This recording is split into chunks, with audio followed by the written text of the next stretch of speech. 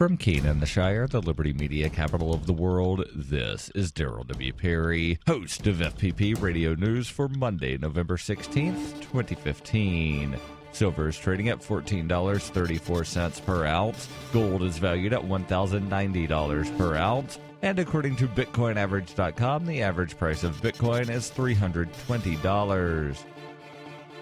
Antiwar.com reports with Friday night's attacks by the Islamic State in Paris grabbing headlines, U.S. officials are scrambling to take advantage of the situation, both as a way to dramatically escalate their own war against the Islamic State and to court various other nations into getting more deeply entrenched in the conflict. U.S. diplomats are making the rounds, urging European and Arab nations to add their involvement in the war on the notion of keeping the Islamic State fighting in Iraq and Syria instead of attacking abroad. France, already one of the most heavily involved, is likely to be the first to announce massive increases in their commitment. The U.S. itself is also expected to use this occasion as an excuse to double down on the conflict, with last week's talk of mission creep because of U.S. ground deployments into Syria now all but forgotten, and officials and advisors all insisting the attacks prove the need for a more aggressive strategy. Over a year of U.S. escalation in a war that officials initially insisted would be short-term and limited in scope has only seen the Islamic State itself grow and cemented the nations involved in the war as not just enemies of the Islamic State, but targets to be hit abroad by them. The decision to escalate further then is less a reaction to Paris than a lack of reaction, with officials simply staying the course on a path of escalation they've been on from the start and using Paris as the latest excuse to speed up the escalation without proper debate.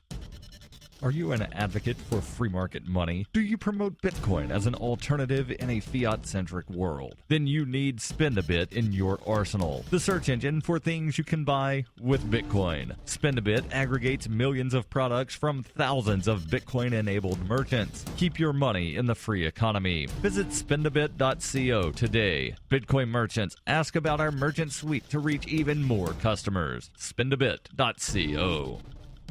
UPI reports a gas line near Bakersfield, California exploded on Friday after somebody hit it with a piece of heavy equipment, killing one person and sending 3 others to the hospital, according to local officials. Workers for Pacific Gas and Electric, PG&E, which owns the pipeline, shut off valves on both sides of the fire, cutting off gas fueling the flames. Firefighters then let the remaining gas burn off, with the blaze extinguished within about half an hour of the energy company's workers arriving on the scene. The California Public Utilities Commission ordered the company to set up a 100-foot perimeter, survey for leaks in the pipeline, and keep staff on scene until the area has been declared safe. Officials are certain the pipeline was hit and did not explode due to a leak, based on testing for the pipeline for leaks within the last week. Kern County Fire Department Captain Tom Ellison told the Bakersfield Californian that a third party, most likely a farmer, hit the line with a piece of heavy equipment. The operator of the vehicle was killed. It took 4 minutes for automatic valves to shut off the flow of gas to the ruptured part of the pipeline and just under an hour for the gas in the line to burn off.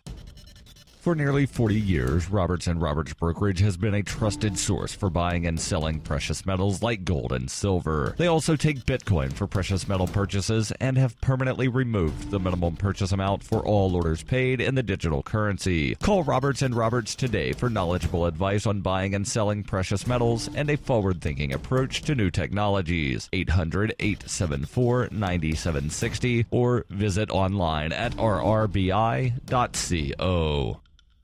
Reuters reports 5 detainees at the U.S. military prison in Guantanamo Bay, Cuba, were transferred to the government of the United Arab Emirates, according to the U.S. Department of Defense. The 5 were described in media reports as low-level Yemeni detainees. The Pentagon said 107 detainees remained at the Guantanamo prison for suspected foreign militants. The Defense Department is expected soon to unveil a long-awaited plan outlining how it would close the detention center at Guantanamo, despite fierce resistance to shutting the facility in Congress. President Barack Obama, who campaigned on a pledge to close the prison, views it as a damaging symbol of detainee abuse and detention without charge that was inherited from Republican President George W. Bush. But the White House said last week that Obama would sign a sweeping defense policy bill passed by the U.S. Senate, despite provisions making it more difficult to close the Guantanamo prison.